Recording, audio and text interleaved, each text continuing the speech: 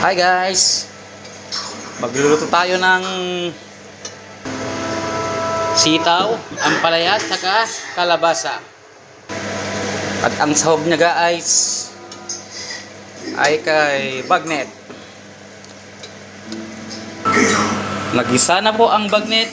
Ngayon ilagay na ang ampalaya. Let's go!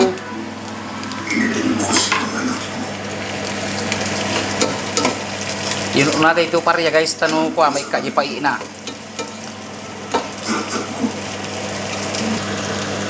Kantay di patis ng guys.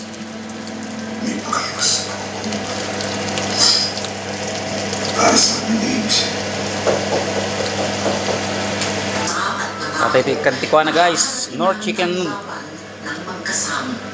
nor cubes.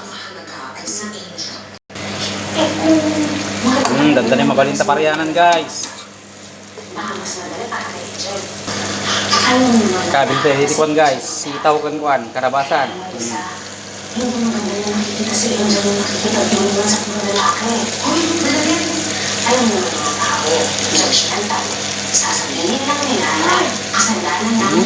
Masal. Tatay ito, kiwar-kiwar. Atau ikan tikwa guys, basi nga danong. And then seasoning.